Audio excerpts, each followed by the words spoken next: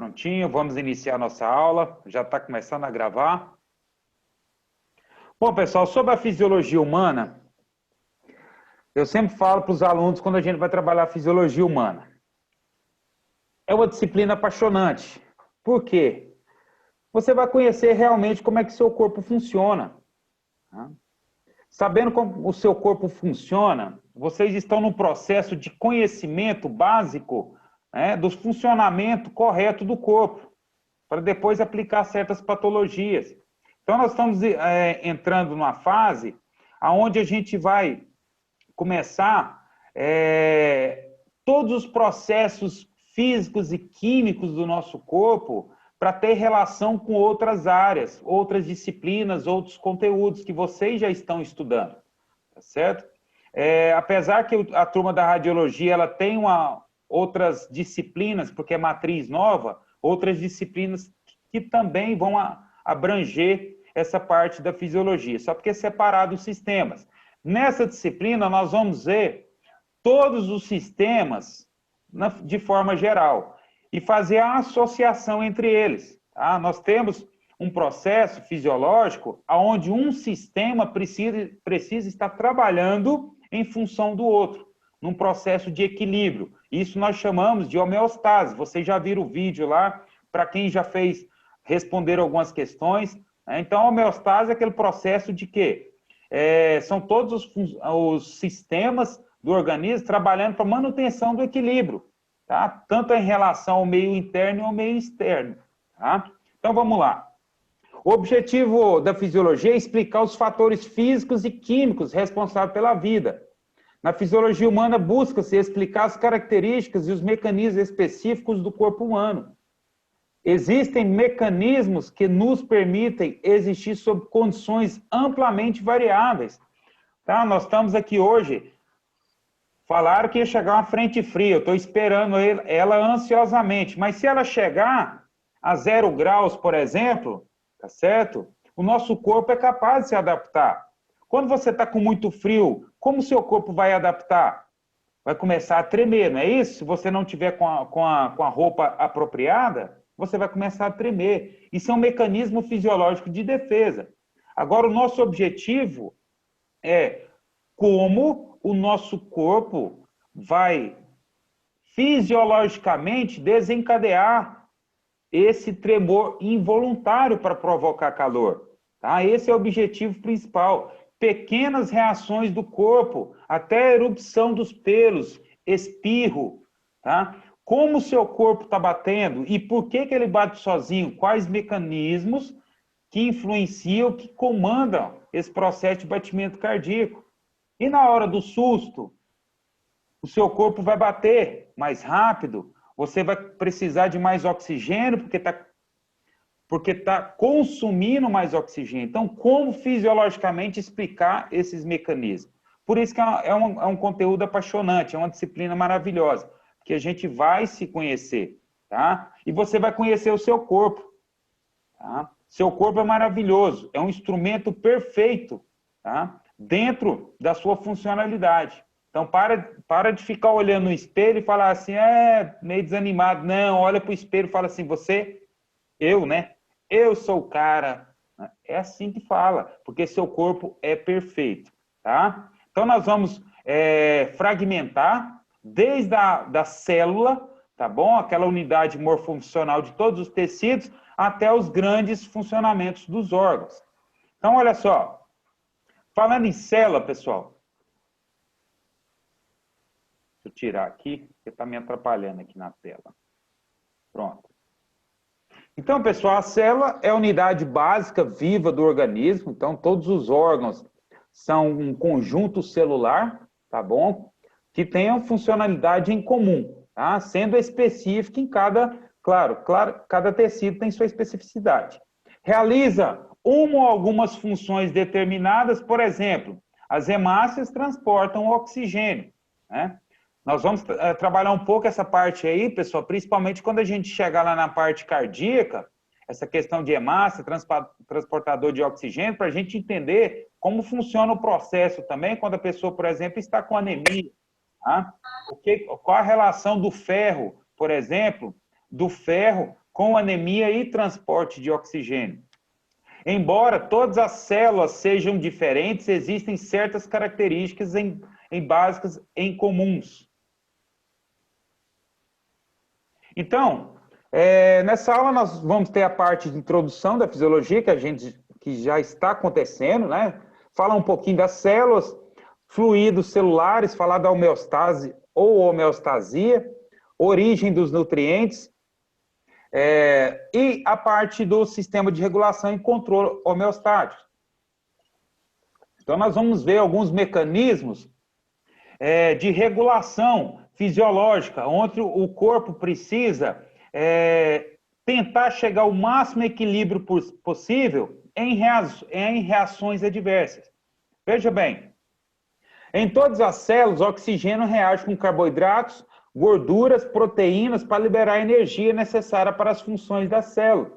Os mecanismos químicos gerais são praticamente iguais a todas elas. Daqui a pouco a gente vai falar um pouquinho de carboidrato, tá? Gordura e proteína. Eu já deixei no slide lá bastante escrito para vocês, mas aqui eu vou dar um termo geral, um esquema, e a gente vai discutir um pouco sobre essas questões aí, tá bom?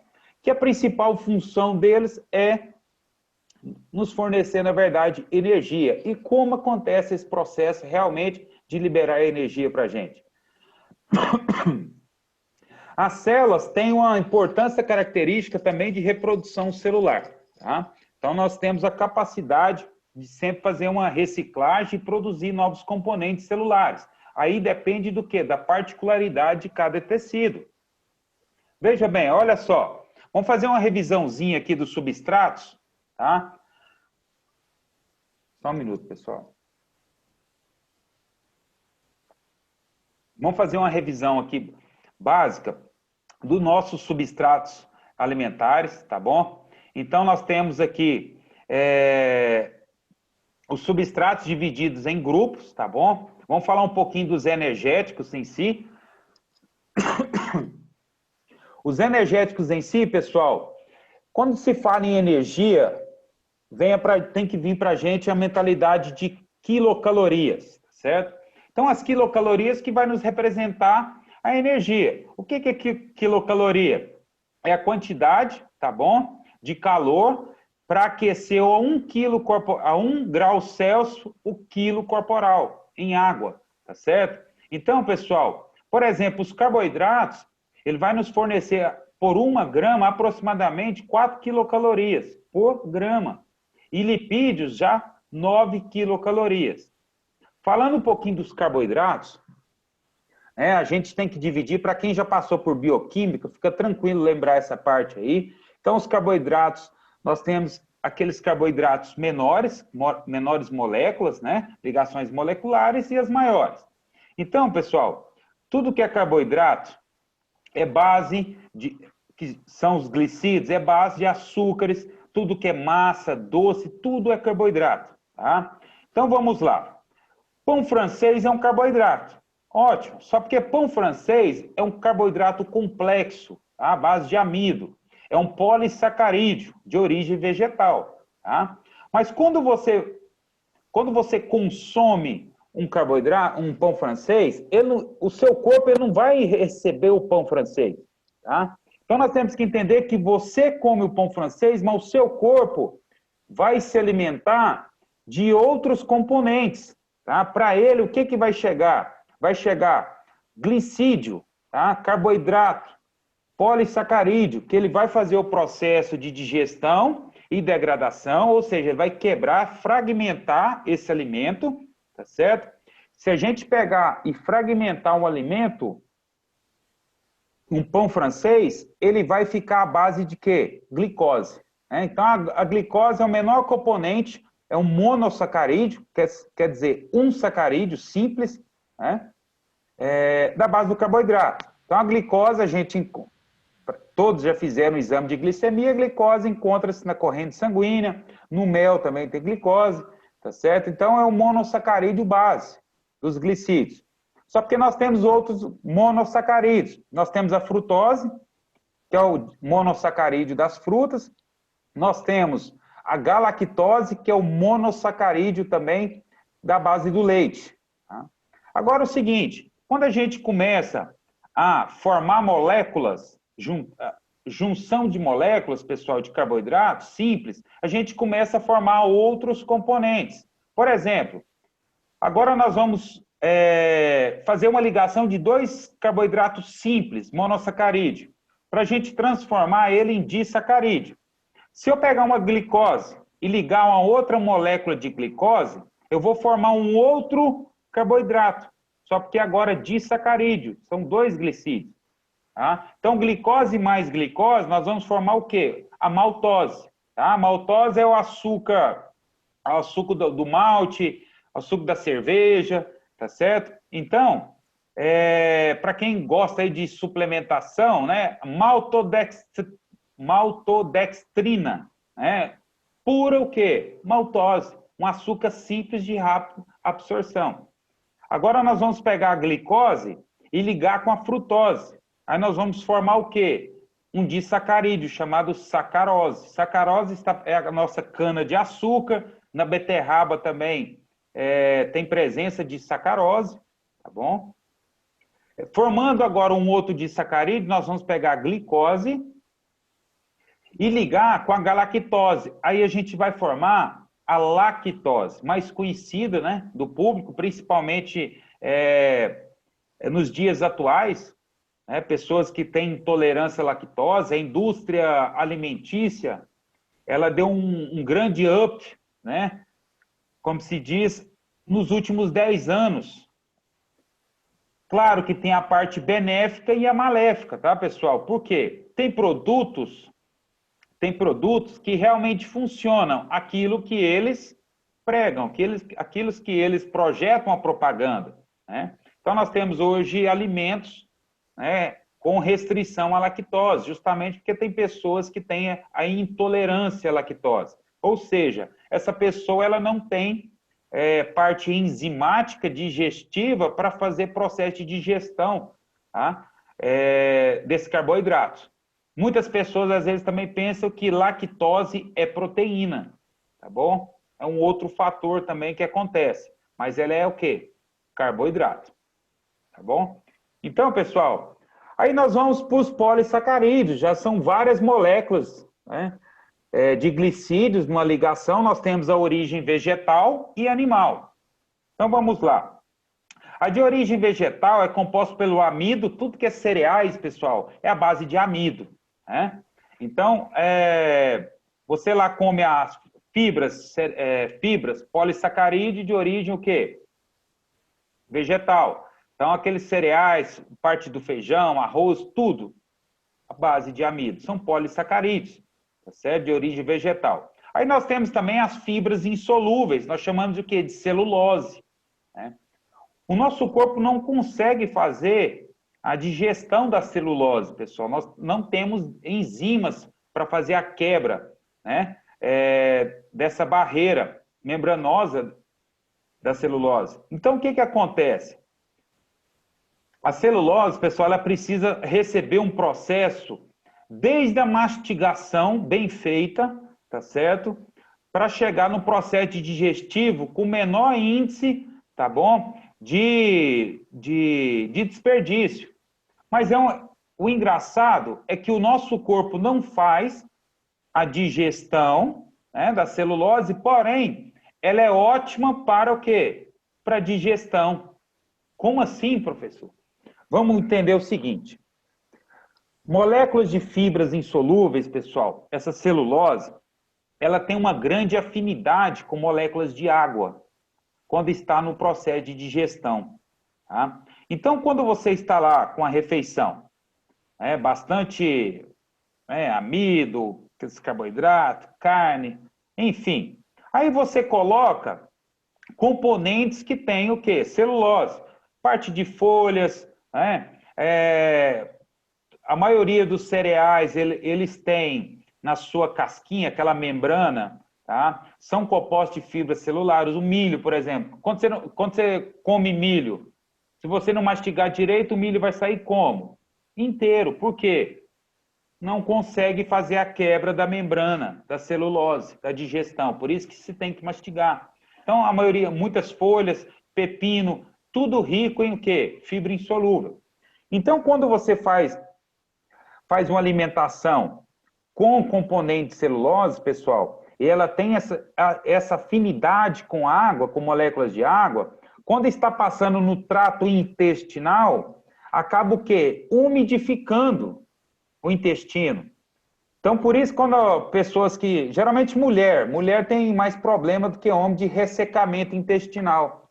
Então, às vezes, vai lá no médico, nutricionista, eles o quê? Incentivam a aumentar, enriquecer a alimentação à base de fibras insolúveis, para melhorar a digestão, tá certo? Então, pessoal, essa é a parte dos carboidratos de origem vegetal, porém, nós temos também de origem animal, que são o quê? O glicogênio. O nosso glicogênio, pessoal, é uma reserva energética à base de carboidratos, tá? Então, vamos voltar ao exemplo do pão francês. Você comeu aquele pão francês maravilhoso, né? Começou a fazer o processo de digestão, absorção, vai ser jogado na corrente sanguínea glicose, né? Quer dizer que a sua glicemia ela vai ser aumentada, glicose na corrente sanguínea, ótimo. Aí o seu organismo ele não pode deixar elevar demais a sua glicemia, ele vai liberar um hormônio lá, vai liberar a insulina. O que a insulina vai fazer? Eu vou falar só uma historinha, pessoal, mas fisiologicamente a ação da insulina eu vou explicar quando a gente chega lá no sistema endócrino, tá bom? Então a insulina é um hormônio, pessoal, que ela ajuda no controle da sua glicemia, simplesmente fazendo o quê? A ligação, tá? Com o receptor, principalmente no músculo, para abrir o quê? Canais. Quando ela abre esses canais proteicos, a glicose que está na corrente sanguínea, ela é transportada para dentro do músculo e no fígado, para ser armazenada, tá? E ela vai ser armazenada em forma de quê? Glicogênio, para você utilizar depois no eventual gasto energético do seu corpo, tá? Então, nada mais, nada menos que glicogênio é glicose estocada, tá certo? A maioria no nosso glicogênio é estocado no músculo, tá? E uma parte no fígado, ok? Então, às vezes nós confundimos o seguinte, pessoal, já deu uma mensagem aqui, daqui 10 minutos, provavelmente o link vai cair, aí vocês retornam. Muitas pessoas pensam que quando você já está se alimentando, você já vai usar essa energia, mas não é. Vocês agora, provavelmente, vocês estão usando energia, pessoal, que já foi processada e armazenada, tá? Do lanche, do almoço, do café da manhã, depende do que comeram. Tá certo? Tem gente que está comendo agora e assistindo a minha aula, certeza, tá certo? Enfim, mas você não usa a própria, a não ser que seja um carboidrato bastante simples, de rápida absorção, para poder utilizar. Mas a maioria é o quê? Depósito, reserva energética. Principalmente o quê? O glicogênio muscular e o hepático, tá? Agora vamos... Hoje... Oi? Nada. Alguém perguntou alguma coisa aí?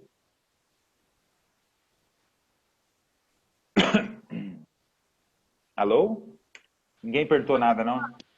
Professor, o slide está travado. Não, ele não está travado, não, porque eu só estou explicando. Ah, para mim estava passando um monte aí. Tá? Não, não. Então tá beleza. Tá ok. Eu estou aqui ainda. É só um esquema explicativo. Vocês têm esse slide aí fragmentado para vocês, tá? Então agora vamos falar um pouco do lipídio. Professor, hoje vai... Oi? Vai ter a tarefa avaliativa do dia?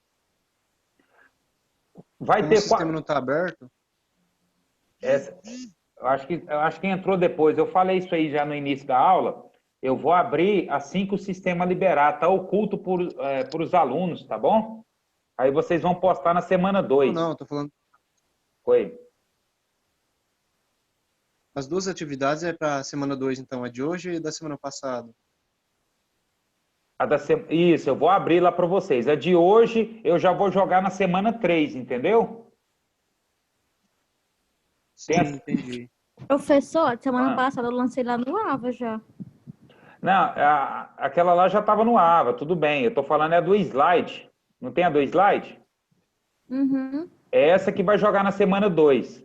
Aí ela vai ser aberta ainda. Tá bom. Tá bom? Então vamos lá para o lipídio, pessoal. Vamos falar um pouco das gordurinhas, né? Então, o que é a composição dos lipídios? É claro que ele é fragmentado depois, subdividido em outras moléculas, tá bom? Por exemplo, você não gasta gordura como energia, tá? A gordura ela é processada, metabolizada, e o componente energético dos lipídios, pessoal, da gordura é o glicerol. Então você queima o glicerol, tá? Mas vamos entender isso aqui. O lipídio, pessoal, ele é dividido basicamente em gorduras e óleos, tá? Então, existe diferença deles. Por exemplo, a gordura, toda gordura é de origem o quê? Animal. Se ela é de origem animal, ela é saturada, tá? Então, gordura de origem animal saturada. E quando você pega ela, coloca na temperatura ambiente, você vai ver que ela fica de uma forma mais sólida e pastosa. Já o óleo, ele já tem o quê? Uma composição líquida, né? O óleo é de origem vegetal, né? E ele é insaturado. Agora eu faço uma pergunta para vocês. Dá uma pensada aí e diga para mim aí no microfone uma ideia que vem à mente, porque a gente não encontra óleo na natureza, correto? Óleo comestível, vegetal. Ele é processado. Mas tudo que o ser humano geralmente ele cria tem que ter uma dificuldade de alguma coisa, tem que ter uma inspiração, tem que ter uma ideia, né, a partir daquela dificuldade para poder encontrar uma solução. Porque da onde vocês acham que veio a ideia de produzir óleo? Alguém aí? Da banha de porco. Oi? Da banha de porco. Óleo é de origem vegetal. A banha de porco é de origem, gordura, é origem animal. Quero saber só dos óleos. Só de origem vegetal. O senhor deu uma aula dessa para nós, o negócio Soja, da guerra. Para quem passou pela disciplina do metabolismo e reprodução, vocês tiveram isso aqui. Mas já esqueceu. O Aí, senhor falou o negócio da guerra. E na isso. guerra... Aí, ó, tá vendo? Óleo de girassol. Isso. Aí, tem aluno Óleo de soja. Ó, você viu que tem aluno que lembrou aí, ó. Então, pessoal, o que acontece? Foi na época realmente das guerras, tá? Então, na época das guerras, é muito inverno. Então, não tinha como processar, por exemplo, pegar uma gordura animal e levar para os campos, tá certo? Virava o quê? Pedra. Se você pegar a gordura, banha de porco e colocar no congelador, vira pedra, tá? Então, naquela época que tinha neve, guerra junto, pessoal, eles tinham que ter uma alternativa para fazer o quê? A comida deles, né? Para fazer até base de armas, enfim, para pegar fogo, né? Então, eles começaram a produzir o quê? Óleos à base de sementes, castanhas e frutos, flores, tá certo? E começaram a produzir o óleo justamente por essa necessidade, né? Na época do inverno não tinha como manipular a questão dos óleos, tá certo? Por causa da temperatura, ok? Só foi uma curiosidade isso aí. Isso aqui não vai cair na prova não, tá bom? Quem que lembrou aí? Quem que lembrou da guerra aí? É o Alisson? Alisson, você tem 5 pontos comigo bons. Me lembra, viu? Será que... Com certeza, né? Então dá bom. Vamos para os construtores. Pessoal, vamos falar de proteína. Tudo que você olha numa pessoa, você está olhando é proteína. Né? Então, se passou uma pessoa bem bonita na sua frente, assim, você fala assim, nossa, que proteína bonita, você está certo. Tá? Tudo que você está olhando para a pessoa, pele, tudo, cabelo, tudo é proteína. É a nossa parte estrutural, tá certo? São nossos alimentos que, apesar de ser estrutural, também tem fonte energética. É cerca de 5 5 quilocalorias por grama de proteína. Tá? Então, pessoal, só porque existe muita discórdia, né, ou dúvidas em relação à parte proteica, né? Será que eu como isso, eu não como aquilo? Será que realmente eu necessito dessa parte de proteínas? Eu não vou dividir proteínas agora nessa questão do... Só um minuto, pessoal. Dos peptídeos, polipeptídeos, que isso aí é tranquilo, tá? Mas vamos falar da parte essencial e não essencial dos aminoácidos. Então, se eu pegar uma proteína e subdividir ela, pessoal, quebrar, fragmentar uma ligação proteica, eu vou ter o quê? O conjunto de aminoácidos, né? E nós temos aminoácidos que a gente precisa através da alimentação, tá certo? Então, nós precisamos aí, por exemplo, do ovo. O ovo, apesar que foi castigado há 15 anos atrás, né? Mas tem gente aí que estava... Tá certo? Estava aí dando trabalho aí com 3 anos, 2 anos, enfim. Há 15 anos atrás, pessoal, os estudos mostravam, a mídia mostrava, a indústria alimentícia mostrava que tinha que comer no máximo 3 ovos por semana, com risco de colesterol, daqui a pouco a gente fala de colesterol, com risco de aumentar o colesterol, enfim. Hoje eu falo para comer uma cartela de ovo por dia. Tá certo? Só no café da manhã. À noite pode comer outra. Então, pessoal, ela nos fornece o quê? A albumina. A albumina é a proteína do ovo. Então, nós falamos que essas proteínas, elas são essenciais, que a gente adquire através da alimentação. Agora, existem os aminoácidos não essenciais, tá? Que o nosso corpo produz. Então, se você pegar, por exemplo, você cortou o cabelo aí, né? Amanhã é dia de salão, cortou o cabelo lá, você precisa depois comer cabelo para crescer cabelo? E cabelo é proteína, é queratina. Você não precisa, por quê? É aminoácido não essencial, meu corpo vai produzir. Tá? Então, meu corpo ele vai se alimentar de vários nutrientes, tá certo? Ele vai fazer o processo de digestão, absorção, metabolização e vai começar a sintetizar outras moléculas. Tá? Vai ser molécula de proteína de queratina para o cabelo, vai ser pele, né? Você fez um corte na pele lá, cicatrizou, o que aconteceu? Cicatrizou com proteína, o seu corpo que produziu, tá certo?